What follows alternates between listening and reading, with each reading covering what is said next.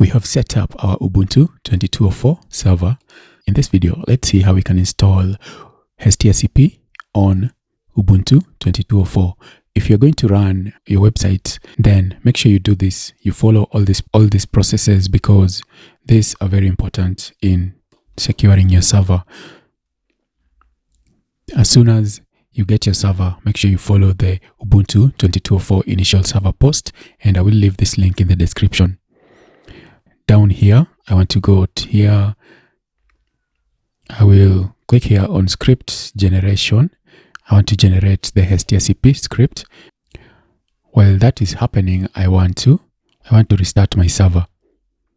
Sudo reboot, or you can also restart your server from this side. If you go into your instances, so this is on Valtra, you can restart your server. Server restart. I will restart it from this end. Okay, so it has restarted. But first of all, let me go and generate our script. So let's generate our installation script. And if you have a small server, 2 GB and below, I would suggest that you go with Nginx instead of Apache. So I will not install Apache. I will install PHP FPM, and I can install multiple PHP versions because I don't know what I will be running. And for FTP, I will install Pro FTP. Named, yeah, this is for DNS, MySQL. I don't want to install Postgres, so I'll leave that out. Exim, I will definitely leave Exim installed. Exim, of course, you need both Exim and Dovecoat, because this is for IMAP. This is the one that works with the mail clients, and this is the one that delivers the mail transfer protocol. This is the one that will transfer the mail. So you need both of them. This, I will not install that. Clamav, I will install that. Spam Assassin, I'll leave that. IP tables, of course. Fail to burn, definitely you need this. And then Quota, no, I don't need that. I'm just going to leave it out. You can activate the HestiaCP API. I will not activate it. Force, I want to force the installation. If there's any error, force the installation. Interactive, definitely ask me what I need. And then port, make sure you're using a Cloudflare port. So I'm going to choose 2053. Just go online and search for Cloudflare ports. And I will use port 2053. This way I will be able to use Cloudflare. There's a list of ports that is accepted on Cloudflare, is accepted through the Cloudflare network. Go online and look for them. Host name, of course. When we were setting up the server, we did set up a host name. I will use a different website here. I will not use bizanosa.com. Let me use bizanota.club. And I will change the host name again to match that. And I will use that as my host name. And email, admin email, set up your admin email there. I can just use bizanosa@gmail. What else? Password, set up a password for your server. If you don't, you may need to reset the password, and you can reset it like this on Ubuntu or Debian. Password, let me just write a password here. And let me save it somewhere. Language, English with debs, not really. And then after that, I'm just going to click on proceed. I will copy that to run onto my server. So I need to log into the server. I know I'm definitely logged out because I restarted the server. So first I will log into the server. You can see I'm logging in via the SSH key that we set up for our server. Control L to clear the screen. And then I will download the package for installing HestiaCP. And then after we download that, let's copy this, the configurations that we want. So anyway, when I click on it, it copies. Okay. So let me come back. I will paste the script in there, press enter, enter my sudo password.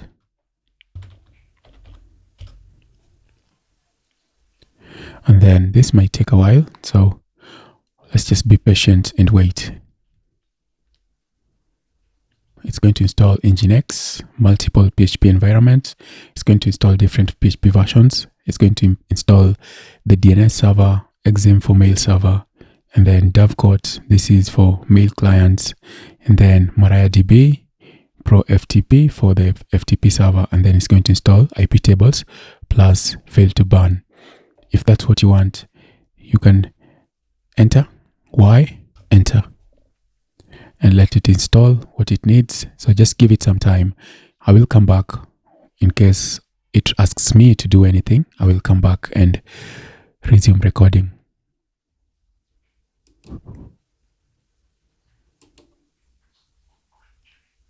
All right, the installation is complete. If we scroll up, you're going to see it has installed different versions of PHP here. Okay, now the installation is complete. Just press any key to continue. And if you scroll up, you will find your admin details. Make sure that you copy this.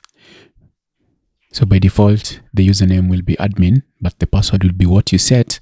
Or if you forgot to set a password, you can easily set up a password as I've shown you here. Log into SSH and you want to set a password for admin. You'll set your password there. Copy that, copy, and then I will save it somewhere.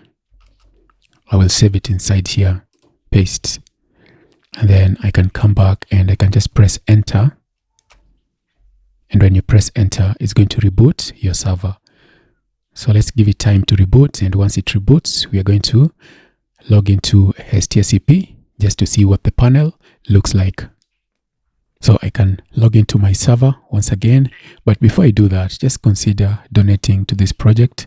It's a good project. HestiaCP is a lightweight control panel that you can use to host your website for free, for absolutely free. So just go to this link and donate anything that you can to support the project. We want the project to succeed as much as possible. I'm going to do Control L to clear the screen. So I'm logging in with an SSH key. And I also changed the port. All these are in the Ubuntu 22.04 initial server setup post, which I've linked to. Okay, so I've logged into the server, and you can see my memory usage has gone up because I've installed Hestia. I don't know what's eating up my memory. Let me have a look. Control L, and then I'll just do top. Okay, I'll do sudo top. So just press Q to get out of that, and then I can do sudo top.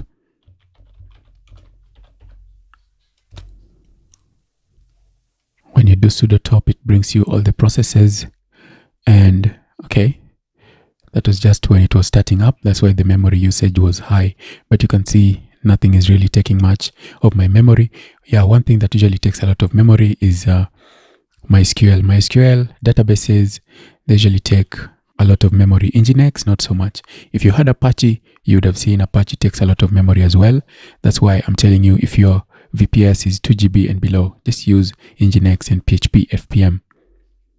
So I'll press Q to get out of this, and then I'll just clear the screen with Control L.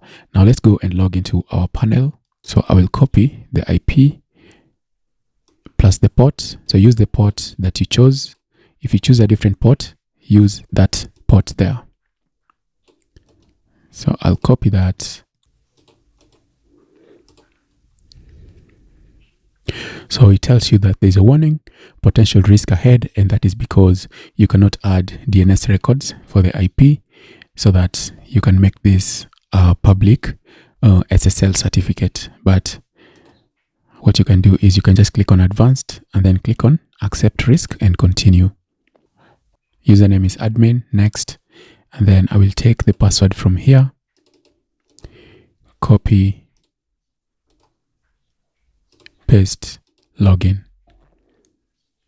So there is your control panel. Just a quick overview. I just want to do a quick overview. We'll do more things, but for now, I will just come in here and show you what you have. This is where your websites will be. If you want to create a new website, you'll just come in here under web and click on add web, but you need to create a new account before you can add a website. Make sure that you go into users and then you add a new user, and the new user should be the user that you'll be using to create the websites. Don't use the admin user to create your websites. For security sake, use a different user. The DNS records will be there. I'll show you how you can set up DNS, and that's the next video that I think I should do, how to set up DNS. But before I do that, I'm going to do smaller videos just to make sure that I cover certain things about this control panel. Now DNS, we'll look at that. Mail, you can set up cron jobs, your backups will be in there, and then you can come in here. If you're logged in as admin, you can come in here under settings, and here you'll find different things that you can do. You can look at all the services that are running. If any service is not running, you can just click on it and you can restart it. And if you want to edit any configuration files, you can do so by going there, or you can come here. I think it's under configure. You can come in here and you can configure different things for your web server, for your database. You want to set up the configuration files.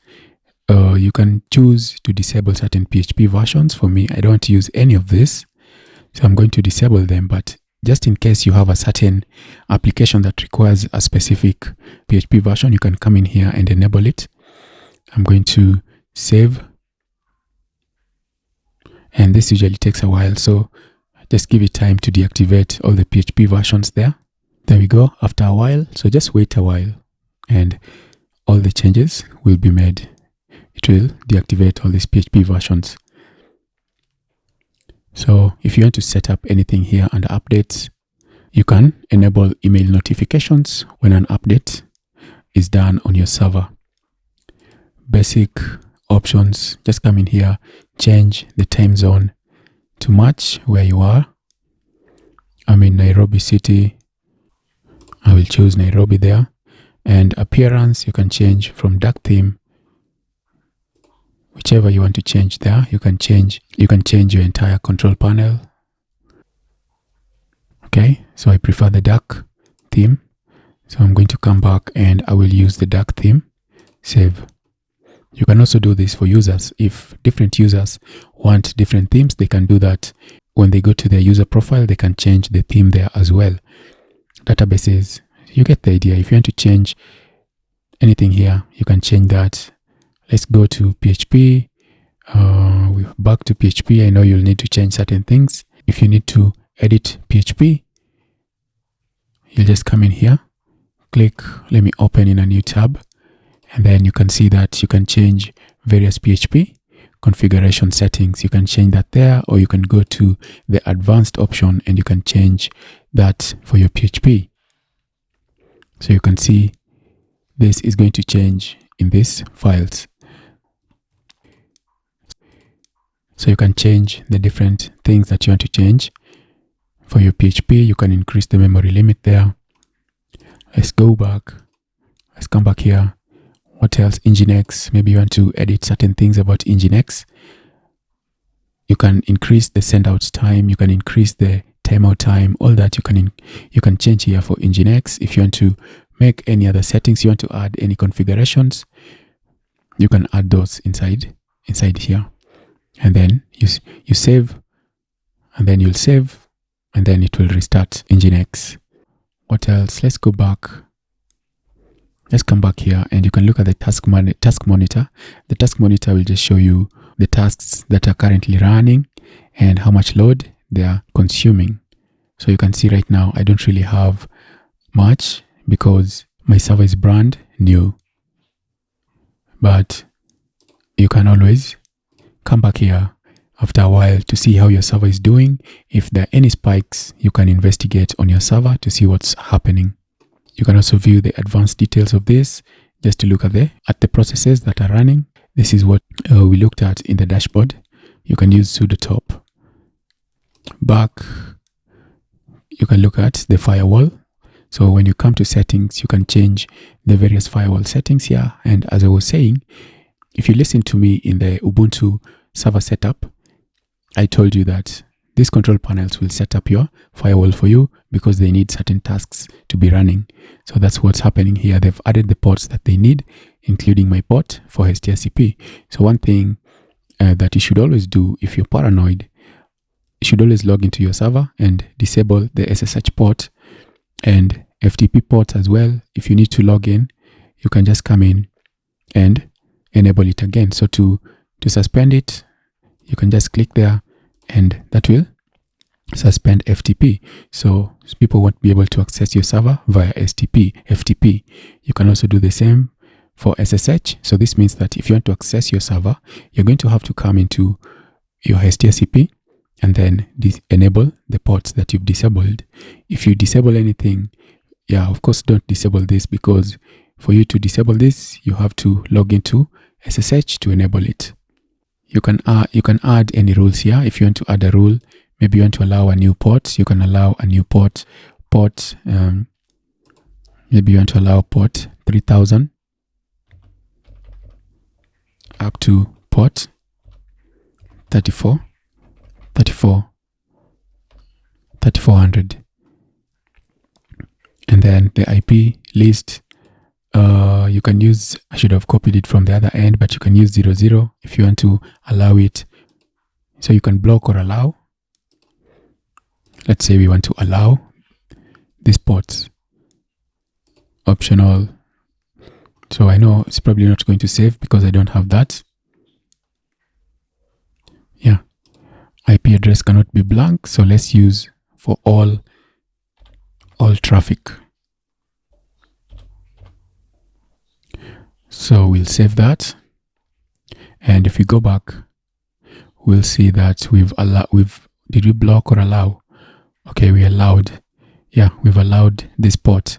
If you want to suspend it, you don't need it. You can delete it, or you can suspend it, or you can delete it. I will delete this. So that's pretty much it there. You can manage banned IPs. If any IPs have been banned, you can come in here and disable the banned IPs, or you can add an IP to your ban list and ban the IP. So you can ban an IP from accessing your SSH or whichever service you don't want to be accessed. So let's go back. So what else? Backups. I think I'm going to do a video of how to bring in your backup, how to import your backup into HestiaCP. I will do that video later on. So what else is here that is important? Okay, the file manager. I know people want to see the file manager. So I will click on the file manager. And with the file manager, you can upload and download different files into and out of your server, out of the different websites. So right now we don't have many websites, but if you go under web, this is where your websites will be in HestiaCP. And if you go there, we can upload different files, and the files for your website will be inside of public HTML. So if you come here, you can select everything and then zip them up. Maybe you're backing up your server and you can create that, and maybe you want to download that. You can come in here and download the backup for your website. That's how to use the file manager. You can even edit files in here. You can edit files. You can change different things. You can change the code for your files. I will click there to save. And if you want to edit anything, just click on it, edit it, and then save it. If you need to create a file inside here, you can click on plus and then add a file, or you can add a folder. So maybe you'll add a folder, and then inside of this folder, you can create your files.